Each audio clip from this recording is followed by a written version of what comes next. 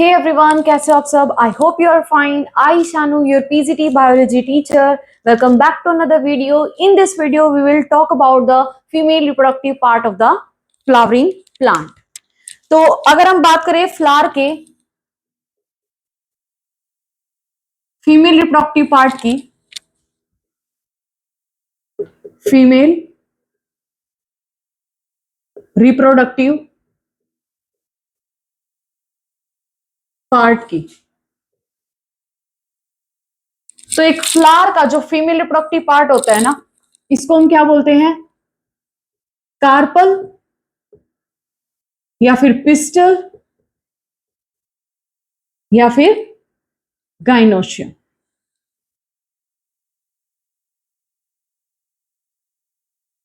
Clear है? क्या बताया? अगर हम बात करें फ्लावर के फीमेल रिप्रोडक्टिव पार्ट की, तो इसको हम कार्पल, पिस्टल या फिर गाइनोशियम बोलते हैं। और ये ना 3 डिस्टिंक्ट पार्ट से मिलकर के बना होता है। कितने पार्ट से? 3 डिस्टिंक्ट पार्ट से मिलकर के बना होता है। First one is known as stigma, second one is known as style, and third one is known as ovary. देखिए स्टिग्मा क्या होता है? ये टर्मिनल स्टिकी पार्ट होता है। स्टिग्मा क्या होता है? टर्मिनल स्टिकी पार्ट, जहां पर पोलन ग्रेन आकर के लैंड करता है वाया पॉलिनेशन। जहां पर पोलन ग्रेन आकर के क्या करता है? लैंड करता है। क्लियर है? स्टाइल क्या होता है? ये मिडल इलोंगेटेड पार्ट होता है। स्टाइल क्या होता है? Middle elongated part. नेक्स्ट आता है ओवरी। ओवरी क्या हो गया? Swollen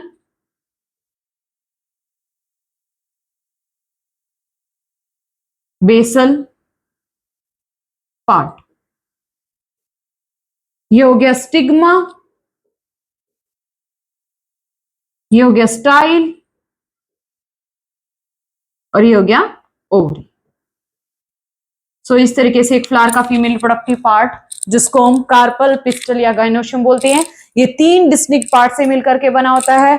terminal sticky part which is known as stigma, जहां पर वाया पॉलिनेशन पोलन ग्रेन आकर के क्या करता है? लैंड करता है।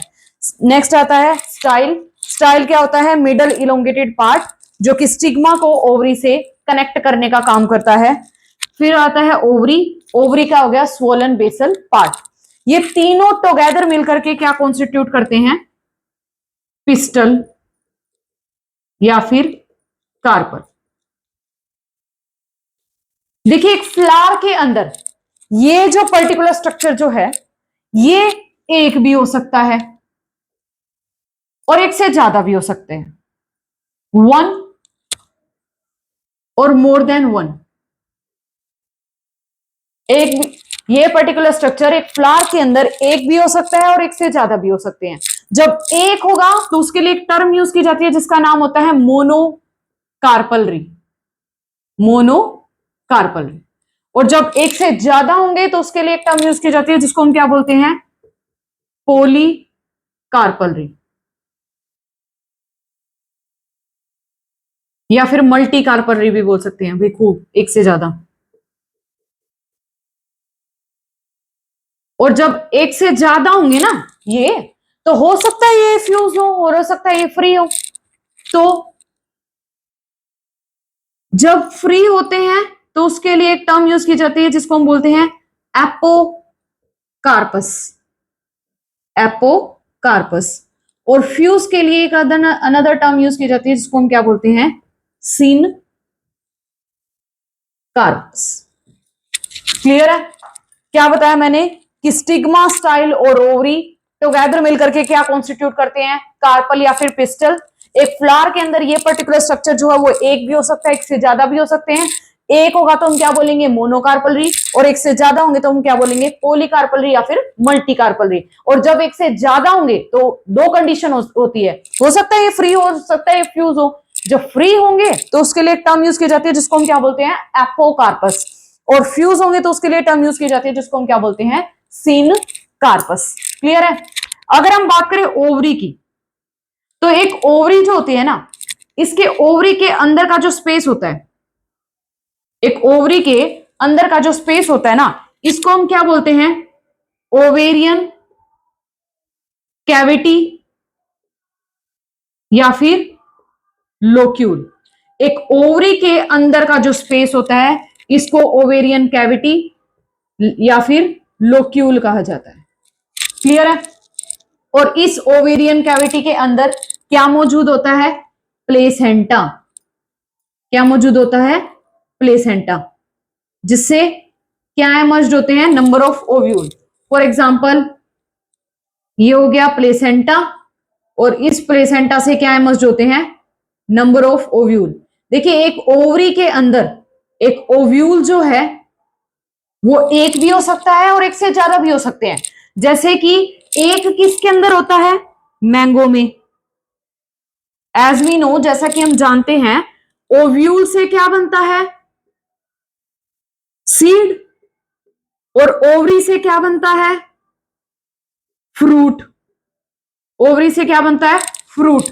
तो एक फ्लावर के अंदर, सॉरी एक फ्रूट के अंदर एक सीड जो वो एक भी हो सकता है और एक से ज्यादा भी हो सकते हैं। एक किसके अंदर होता है, मैंगो में, और एक से ज्यादा किसके अंदर होते हैं, वाटरमेलन में। वाटरमेलन। क्लियर है। एक ओवरी के अंदर का जो स्पेस है उसको हम क्या बोलते हैं, ओवेरियन कैविटी या फिर लोक्यूल। और इस ओवेरियन कैविटी के अंदर क्या मौजूद होता है, प्लेसेंटा, और इस प्लेसेंटा से क्या एमर्ज होते हैं, ओव्यूल। और ओव्यूल के लिए एक टर्म यूज की जाती है जिसको हम क्या बोलते हैं, मेगा स्पोरेंजियम। जैसे वहां पर था ना माइक्रोस्पोरेंजियम, ठीक वैसे ही ओव्यूल जो इसके लिए एक टर्म यूज की जाती है जिसको हम क्या बोलते हैं, मेगा स्पोरेंजियम। एक के लिए मेगा स्पोरेंजियम और एक से ज्यादा होंगे तो हम क्या बोलेंगे, मेगा स्पोरेंजिया। क्लियर है। एक बार मैं इसको रब कर देती हूं।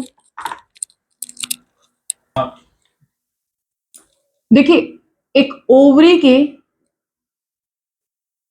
अंदर का जो स्पेस होता है उसको हम क्या बोलते हैं, ओवेरियन कैविटी या फिर लोक्यूल। एक ओवरी के अंदर का जो स्पेस होता है उसको हम क्या बोलते हैं, ओवेरियन कैविटी या फिर लोक्यूल। और इस ओवेरियन कैविटी के अंदर क्या मौजूद होते हैं, प्लेसेंटा। इस ओवेरियन कैविटी के अंदर क्या मौजूद होते हैं, प्लेसेंटा मौजूद होता है। फॉर एग्जांपल कंसीडर करो ये प्लेसेंटा है, ठीक है। और इस प्लेसेंटा से क्या इमर्ज होते हैं, ओव्यूल। हो सकता है एक ओवरी के अंदर ओव्यूल जो वो एक हो, और हो सकता है एक से ज्यादा भी हो, ठीक है। अगर मैं एक की बात करूं ना, एक, तो एक ओव्यूल किस में होता है, मैंगो में, और एक से ज्यादा किस में होते हैं, एक से ज्यादा, मोर देन वन, वाटरमेलन में। वाटरमेलन में एज वी नो, जैसा कि हम जानते हैं ना, ओव्यूल से क्या बनता है, सीड, और ओवरी से क्या बनता है, फ्रूट। तो एक ओवरी के अंदर अल्टीमेटली एक सीड जो वो एक भी हो सकता है, एक से ज्यादा भी, जैसे मैंगो में एक और वाटरमेलन में एक से ज्यादा, ठीक है। और ये जो ओव्यूल होते हैं ना, ओव्यूल, इस ओव्यूल के लिए एक टर्म यूज की जाती है जिसको हम बोलते हैं मेगा, अगर एक है तो मेगा स्पोरेंजियम, और एक से ज्यादा होंगे तो उसके लिए हम क्या टर्म यूज करेंगे, mega sporangia, mega sporangia. Clear है। तो एक ओवरी के अंदर ओवेरियन कैविटी में क्या मौजूद होता है, प्लेसेंटा, और इस प्लेसेंटा से क्या मौजूद होते हैं, ओव्यूल। ओव्यूल जिनको हम क्या बोलते हैं, जैसे मैंने यहाँ पर जो डायग्राम बनाया वो एक से ज्यादा का बनाया, क्या मर्ज होते हैं, ओव्यूल, जिसको हम क्या बोलते हैं, मेगा स्पोरेंजियम, और एक से ज्यादा हो गए तो हम क्या बोलेंगे, मेगा स्पोरेंजिया। जैसे मेल का जब हम पढ़ रहे थे तो वहां पर क्या टर्म यूज की गई थी, मेगा माइक्रोस्पोरेंजियम, और एक से ज्यादा के लिए माइक्रोस्पोरेंजिया। सिमिलरली यहाँ पर हम क्या बोलेंगे, मेगा स्पोरेंजियम, और एक से ज्यादा होंगे तो मेगा स्पोरेंजिया। और ये मेगा स्पोरेंजिया प्लेसेंटा से जिस ट्यूब लाइक स्ट्रक्चर से कनेक्ट होते हैं ना, इस ट्यूब लाइक स्ट्रक्चर को क्या बोलते हैं, फनिकल। देखिए, एक ओव्यूल प्लेसेंटा से जिस ट्यूब लाइक स्ट्रक्चर से कनेक्ट होता है ना, उस ट्यूब लाइक स्ट्रक्चर को हम क्या बोलते हैं, फनिकल। और जिस पॉइंट पे ये ओव्यूल इस फनिकल से ज्वाइन करता है, इस पर्टिकुलर पॉइंट को हम क्या बोलेंगे, हाइलम। इस पर्टिकुलर पॉइंट को हम क्या बोलेंगे, हाइलम। एक ओव्यूल प्लेसेंटा से जिस ट्यूब लाइक स्ट्रक्चर से कनेक्ट होता है, उस ट्यूब लाइक स्ट्रक्चर को तो हम क्या बोलेंगे, फनिकल। और जिस पॉइंट पे ये फनिकल इस ओव्यूल को ज्वाइन करता है, उस पॉइंट को हम क्या बोलेंगे, हाइलम। क्लियर। और ये ओव्यूल जो होते हैं ना, ये इन टर्न सराउंडेड होते हैं टू डिस्टिंक्ट लेयर से। जैसे वहां पर अगर हम बात करें माइक्रोस्पोरेंजियम की, तो वो 4 डिस्टिंक्ट लेयर से सराउंडेड थे, इस तरीके से 1 2 3 एंड 4, इस तरीके से 4 डिस्टिंक्ट लेयर से सराउंडेड थे। अगर मैं बात करूं ओव्यूल की, फीमेल के केस में, तो फीमेल का जो ओव्यूल होता है ना, वो इन टर्न सराउंडेड होता है 2 डिस्टिंक्ट लेयर से, जिनको हम कलेक्टिवली क्या बोलते हैं, इंटेग्यूमेंट्स। जिसको हम कलेक्टिवली क्या बोलते हैं, इंटेग्यूमेंट्स। जो आउटर वन लेयर होगी उसे तो हम क्या बोल देंगे, आउटर इंटेग्यूमेंट, और जो इनर वन होगी उसे हम क्या बोल देंगे, inner integument. Inner integument. Clear है।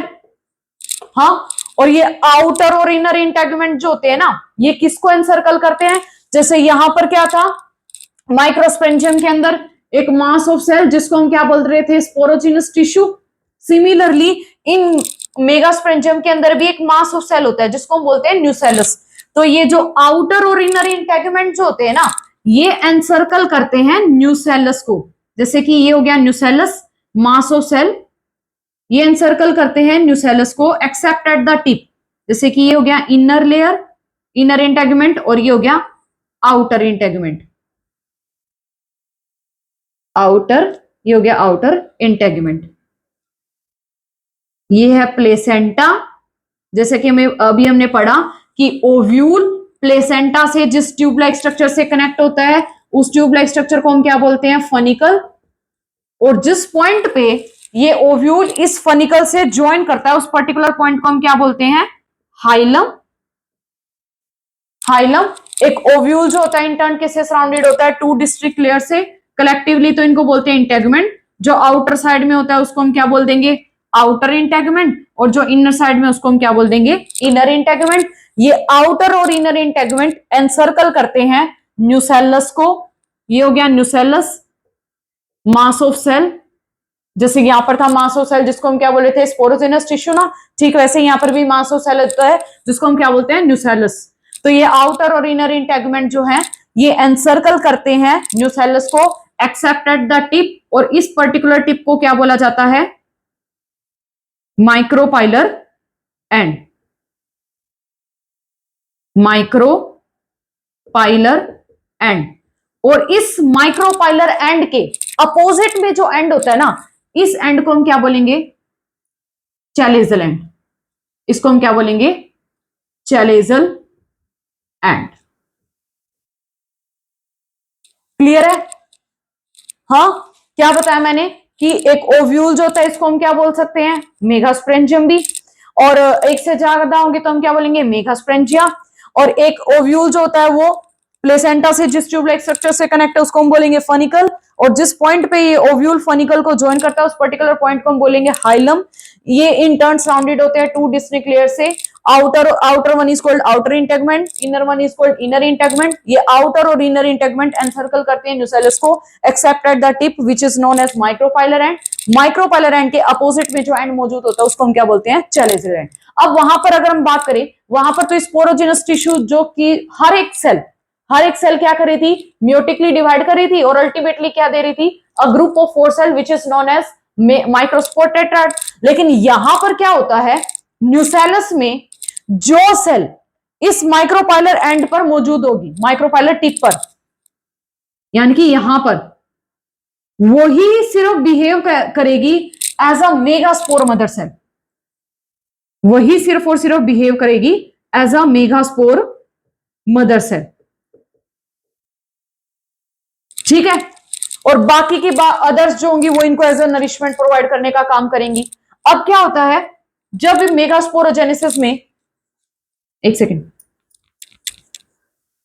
ड्यूरिंग मेगास्पोरोजेनेसिस ये जो मेगास्पोर मदर सेल होती है ना, ये क्या करती है, सिमिलरली जैसे वहां था ना माइक्रोस्पोरोजेनेसिस में, माइक्रोस्पोर मदर सेल जो है वो म्योटिकली डिवाइड करती है 1 to 2 and 2 to 4 and ultimately it give rise to a mass of 4 cell which is known as microspore tetrad, microspore tetrad.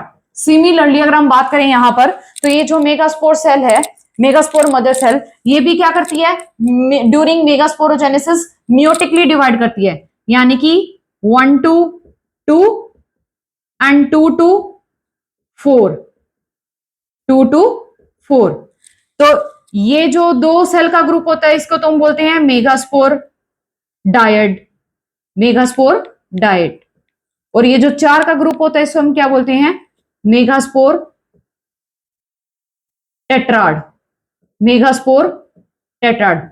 अब यहां पर क्या होता है, इन 4 में से जो अपर 3 है वो तो क्या हो जाती है, डिजनरेट हो जाती है, यानी कि कोई काम की नहीं रहती।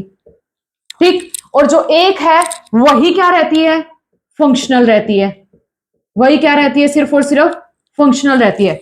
और जो फंक्शनल रहती है ना, जो मेगास्पोर टेट्राड में से जो मेगास्पोर सेल फंक्शनल रहती है, उसका न्यूक्लियस जो है वो फिर फर्दर क्या करता है, माइटोटिकली डिवाइड करता है, वो फिर फर्दर क्या करता है, माइटोटिकली डिवाइड करता है। एक सेकेंड, जैसे कि ये थी मेगास्पोर मदर सेल, ये पहले 1 to 2 and 2 to 4 में डिवाइड करती है। मैंने क्या बताया, इन 4 में से जो 3 है ये तो डिजनरेट हो जाती हैं, कोई काम की नहीं रहती, एक जो है वो फंक्शनल रहती है। और जो फंक्शनल रहती है ना, उसका न्यूक्लियस फिर फर्दर माइटोटिकली डिवाइड करता है, यानी कि 1 to, ये होगी जैसे ये 1 to 2, 2 to 4 एंड 4 to 8। 8 के बाद कोई न्यूक्लियर डिवीजन नहीं होता, सिर्फ और सिर्फ ये अपने आप को अरेंज करते हैं। अरेंज कैसे, 3 तो जो है वो माइक्रोपाइलर एंड पर चले गए और 3 जो है वो चैलेजल एंड पर चले गए और 2 जो है न्यूक्लियाई वो सेंटर में रह जाते हैं। ठीक है, फिर उसके बाद क्या होता है, ये जो सेल है ना, ये सेल जो है, इसकी सेल वॉल जो है वो अंदर की तरफ इनवर्ड मूव करती है और इस तरीके से ये सेपरेट हो जाती है। तो इस तरीके से 3 तो माइक्रोपाइलर एंड पर होगी, 3 तो माइक्रोपाइलर एंड पर, 3 चैलेजल पर और एक ये सेंट्रल सेल।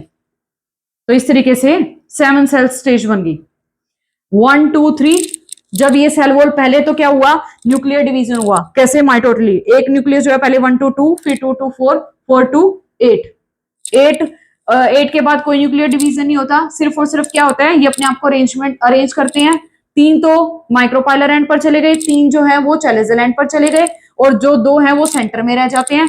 तो फिर उसके बाद सेल वॉल जो है वो अंदर की तरफ मूव करती है, इनवर्ड मूव करेगी और अल्टीमेटली इस तरीके से 3 सेल यहां बन गई, 3 यहां बन गई और 1 यहां बन गई। तो इसको तो हम क्या बोल देते हैं, एग एपरेटस, और इसको हम क्या बोल देते हैं, एंटीपोडल्स।